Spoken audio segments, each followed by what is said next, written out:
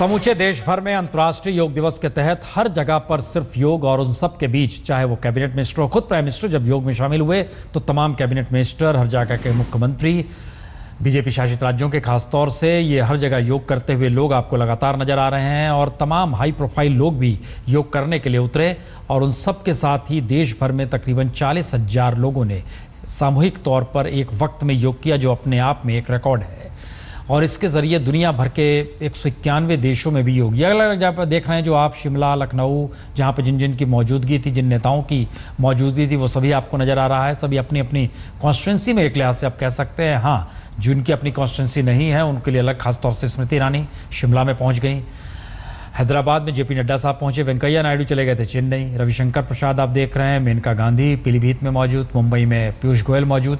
हर जगह नेताओं की मौजूदगी और इन सब के साथ ही वसुंधरा राजे राजस्थान के मुख्यमंत्री आप देख रहे हैं। हालांकि मुश्किल वक्त में है, लेकिन योग के ज़रिए संयम कम से कम आए और कम से कम इस तरह के वक्तव्य ना दिए जाएं, ये भी बड़ा महत्वपूर्ण राजनीति में होता है और संयम तो जरूर सिखाता है योग। तो रायपुर में दिखाई है, भोपाल, करनाल, तमाम जगहों पर ये मौजूदगी दिखला रही है कि योग के ज़रिए जिस बात का जिक्र दिल्ली में योग पथ यानी राजपथ पर मन, बुद्धि, शरीर, आत्मा को संयम की स्थिति में लाने के लिए और प्रकृति से जोड़ने का जिक्र हमने शुरू में इसलिए किया था क्योंकि प्रकृति आज दिल्ली में थोड़ी ठहमी, सहमी, रुकी और उसके बाद अब मौसम का मिजाज बदला, तो योग का वक्त जब बीत गया उसके बाद भी बड़ी ठंडी हवा चल रही है, बहुत शानदार मौसम हो चला है दिल्ली में। लेकिन बहरहाल उस स्थिति में दोबारा हम लौटते हैं जिसका जिक्र हम ब्रेक से पहले कर रहे थे। राकेश जी, अब यहाँ पर सवाल है, प्रकृति का दोहन आप ही करते हैं और प्रकृति से जुड़ने के लिए योग को एक आत्मसात करने की परिस्थिति का जिक्र आप ही करते हैं, दोनों एक दूसरे में कैसे समान रूप से जुड़ पाएगा?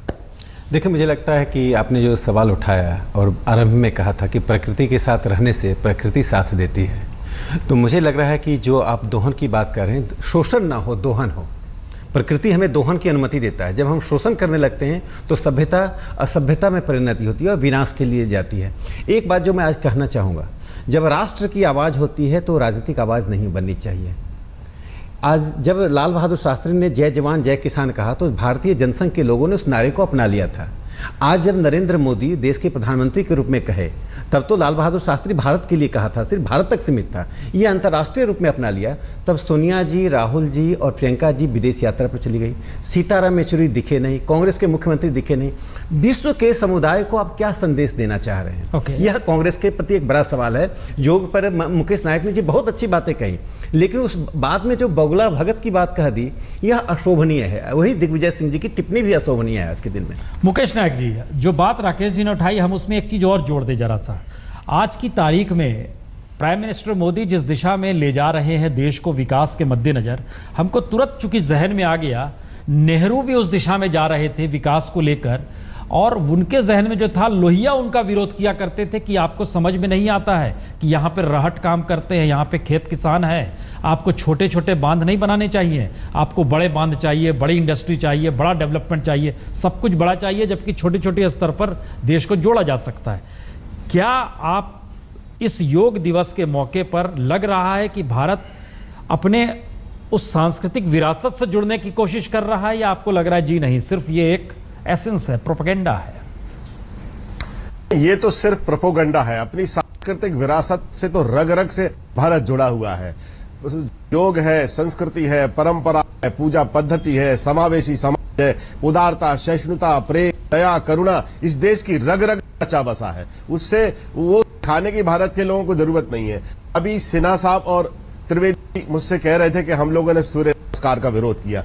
मैं बता दूं, मैं जब शिक्षा मंत्री था, सिन्हा जी, तब मैंने मदरसा बोर्ड का मध्य प्रदेश गठन किया और दीनी शिक्षा के साथ स्किल डेवलपमेंट की, एजुकेशन के समावेश की बात कही और सब लोगों ने उसको माना। मैंने ध्यान, मेडिटेशन का पीरियड पूरे स्कूलों में अनिवार्य कर दिया था, सबने उसको माना। और बीजेपी का शासन आते ही उस ध्यान, मेडिटेशन के पीरियड को इन्होंने बंद कर दिया, क्योंकि इन्हें ध्यान से मतलब नहीं है, इन्हें विभाजन से मतलब है। इस बात को समझने की आवश्यकता है। और क्यों ध्यान का पीरियड बंद कर दिया? अभी ये बड़ी बड़ी बातें करते हैं कि जैसे हम लोग अधार्मिक हैं, हम लोग हिंदू विरोधी हैं, हम लोग हिंदू नहीं है। मैं स्वयं राम कथाएं बोलता हूं। इनको बताऊं कि वैदिक वांग्मय जो 27 क्षेत्रों से मिलकर बना है, जिसमें इसका जिक्र तो लेकिन वेद में भी है। वेद से आप अगर मुकेश नायक जी समझ रहे हैं, वेद में जब जिक्र है, जहन में खाली सवाल यह है कि लोग, हिंदुस्तान के लोग जिन मुश्किल हालात में जी रहे हैं, उस मुश्किल हालात के बीच अगर हम पुरानी सांस्कृतिक विरासत का जिक्र जो कर रहे हैं, दोनों में तालमेल कैसे बैठाया जाए। हमको लगता है सुधांशु जी, आपको इसका जवाब इसलिए देना चाहिए क्योंकि आप लोग सत्ता में हैं मौजूदा वक्त में, और सत्ता के जरिए क्या आपको लगता नहीं है कि पॉलिसी डिसीजन लेने की स्थिति में प्राइम मिनिस्टर रहते हैं? प्राइम मिनिस्टर खुद योग कर रहे हैं और दूसरी तरफ इस देश में हाई टेक्नोलॉजी, विदेशी पूंजी, विकास की दिशा में उसी उपभोग, यानी एक तरफ भोग है और दूसरी तरफ योग है, तालमेल कैसे होगा? सुधांशु जी देखिए, अभी आपने एक प्रकृति का प्रश्न उठाया था जी, और भोग से योग की तरफ कैसे जाता है। देखिए, पिछली 20वीं शताब्दी में तमाम बड़े प्रतिष्ठित योग गुरुओं ने, वीके अयंगर से लेकर और आज के समय तक जो कुछ भी आए, उन सब लोगों में कईयों के आप इंटरव्यूज पढ़िए तो उसमें उन्होंने बताया कि पूर्व में लोग इसलिए ज्यादा आकर्षित हुए कि शरीर स्वस्थ होगा और उस कारण से वो भोग अधिक कर सकते हैं। फिर वो धीरे धीरे जब योग की ओर निकट आए और उस योग के वास्तविक तत्व को समझे कि सिर्फ शारीरिक शक्ति और शारीरिक क्षमता का नहीं है, ये जीव और ब्रह्म के एकाकार तक का है, तो उनका विचार बदल गया। इसी कारण से पिछले 50-60 वर्षों में पश्चिमी जगत में बगैर किसी संगठित प्रयास के यह योग इतना अधिक प्रभावी होता रहा। और क्यों होता रहा? आपने एक प्रकृति की बात कही, उस बिंदु पे मैं कहना चाहूंगा कि ये जो नेचर है, इसके बारे में अरिस्टोटल ने बुक लिखी थी द नेचर, जिसमें लिखा था all the elements of nature are for the service of the mankind. वहीं से प्रकृति के शोषण की व्यवस्था आई और यूरी गैगरिन जब स्पेस में गए तो कहा गया वी हैव कॉन्कर्ड स्पेस, यानी प्रकृति पर विजय प्राप्त करने लगे। भारत में वेदों में कहा गया माता भूमि पुत्रो अहम पृथिव्या।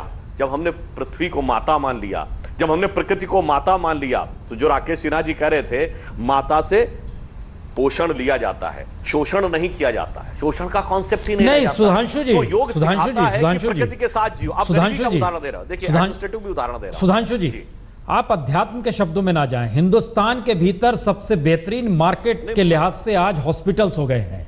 हॉस्पिटल में योग व्यक्ति नहीं रहता है। हमारा कहना है आप चूंकि पावर में हैं, अब आपको चीजें इस देश में अगर इंप्लीमेंट करनी है कि सिर्फ 21 तारीख के दिन ही हम लोग ना जमा हों, बल्कि ये जीवन पद्धति से कैसे जुड़ जाए, क्या आपको लगता नहीं इसके लिए कहीं एक पॉलिसी डिसीजन भी लेना पड़ेगा? इसके लिए कैसे आगे बढ़ा जाए, ये सोचना चाहिए। जी बिल्कुल, मैं उसी पक्ष पे आ रहा था जो आपने कहा कि आज हम एक गरीब देश हैं, इसके अंदर अभी गरीबी काफी है हमारे यहाँ। तो देखिए, जो महंगी दवाएं हैं वो इतनी महंगी होती है कि कई बार गरीब के लिए उसको अफोर्ड करना बहुत मुश्किल होता है। तो योग एक ऐसी व्यवस्था है जो कि रोग होने का इंतजार नहीं करती है और इसमें कोई धन का व्यय नहीं है। यदि आप इसे जीवन शैली का पार्ट बना लें तो काफी हद तक निर्धन व्यक्तियों के लिए तो यह वरदान है स्वास्थ्य के लिए। अब जीवन शैली का अंग कैसे बनेगा?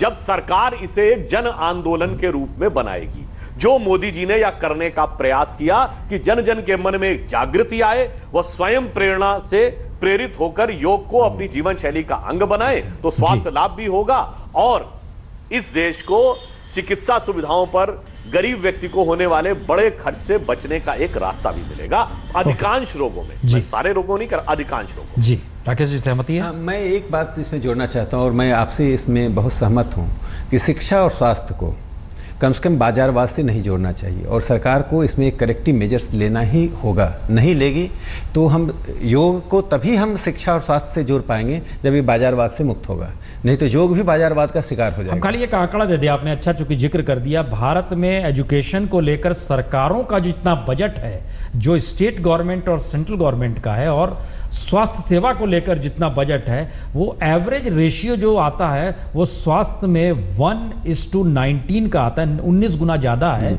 और एजुकेशन में 1:10 का आ रहा है, जो प्राइवेट सेक्टर के हाथ में चला गया, अपने लिहाज से कर रहे हैं। स्वामी गणेशानंद महाराज जी, अब ये सवाल है कि योग को आगे बढ़ाने की प्रक्रिया में कैसे लाया जाए और ख़ास तौर से वैसे देश में जहां 2 जून की रोटी के लिए श्रम करना ही किसी भी बड़े व्यायाम से भारी व्यायाम हो जाता है।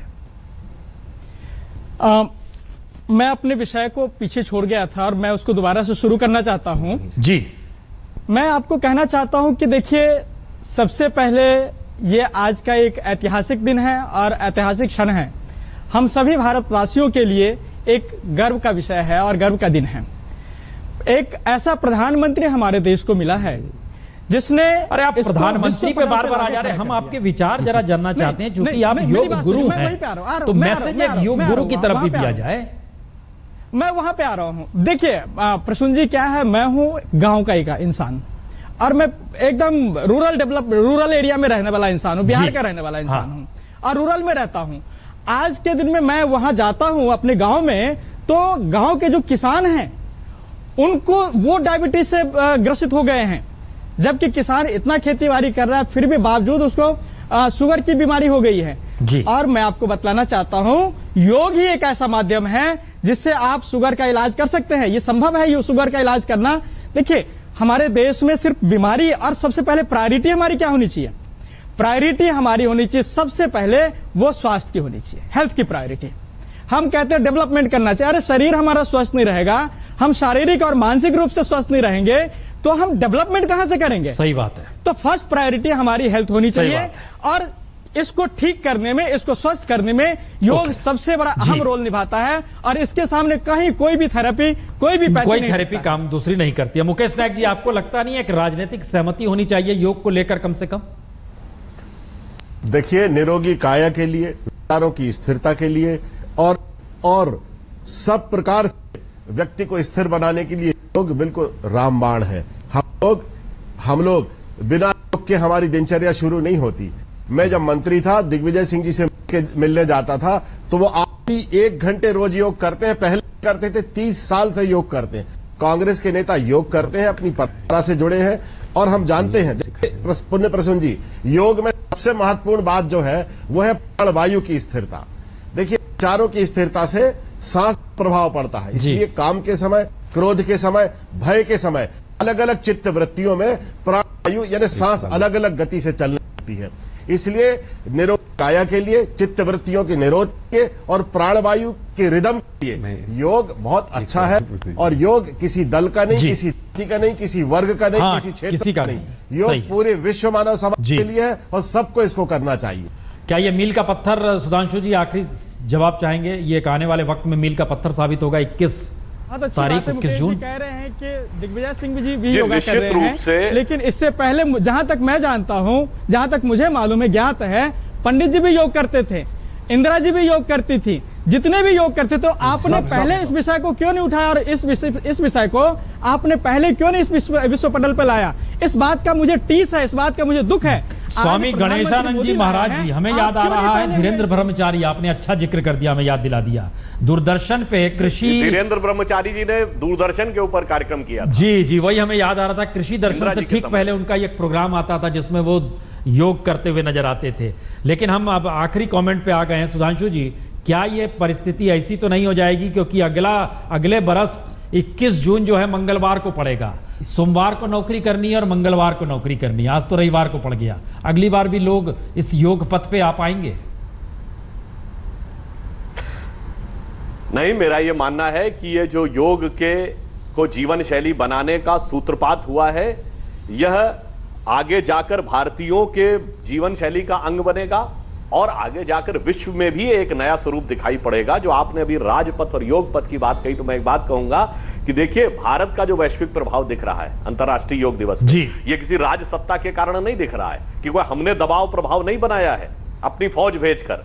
हमने तो एक सहज आकर्षण पैदा किया है, जिसको यूं समझना चाहिए कि भारत ने दिखाया कि ताकत के दम पर ही हम दुनिया के ऊपर प्रभाव नहीं दिखा सकते, एक आकर्षण से दिखा सकते हैं। जयशंकर प्रसाद की कविता की एक पंक्ति है कि विजय केवल लोहे की नहीं, धर्म की रही धरा पर धूम, भिक्षु होकर रहते सम्राट, दया दिखलाते घर घर घूम। ये भारत में ही था कि सम्राट जो थे वो भी सदाचार करके दिखाते थे। आपने देखा मोदी जी ने भी आज योग के माध्यम से, यानी एक सहज नैसर्गिक सांस्कृतिक ज्ञान की परंपरा के माध्यम से विश्व में भारत के प्रभाव को स्थापित करने में। चलिए, एक कमेंट यहां पर हम आपसे चाहेंगे राकेश जी आखिर में, सिर्फ कि प्राइम मिनिस्टर का इसमें जुड़ना कितना महत्वपूर्ण है, या आने वाले वक्त में किस रूप में याद रखा जाएगा? देखिए, भारत के प्रधानमंत्री नरेंद्र मोदी को इस बात के लिए जरूर याद किया जाएगा कि उन्होंने भारत की विरासत को, एक जबरदस्त की, भारत की विरासत को आधुनिकता के साथ जोड़ते हुए विश्व समुदाय को यह कन्विंस करने की कोशिश की कि जो हमारी विरासत है वह आपको एक अच्छा रास्ता दिखा रहा है, और ये योग क्रांति के सूत्रपात के रूप में नरेंद्र मोदी को जाना जाएगा। मैं यहाँ मुकेश नायक जी को अभिनंदन करूंगा कि उन्होंने शिक्षा मंत्री के रूप में बहुत काम किया है, लेकिन उस काम का कुछ अंश दिग्विजय सिंह जी 10 जनपद तक भी पहुंच जाता तो मुकेश नायक जी का बहुत बड़ा। अब आप पॉलिटिकल इसमें झगड़ा हम लोग नहीं करेंगे, हम चर्चा यहाँ पर खत्म कर रहे हैं ये बताते हुए कि राजपथ अगर योग पथ बना है तो आने वाले वक्त में भारत की शक्ति जो है सही मायने में उस संस्कृति से जुड़ जाए जिस सांस्कृतिक विरासत का जिक्र बार बार तमाम मुनीषी भी करते रहे हैं और राजनेता भी मानते रहे हैं। छोटा सा ब्रेक।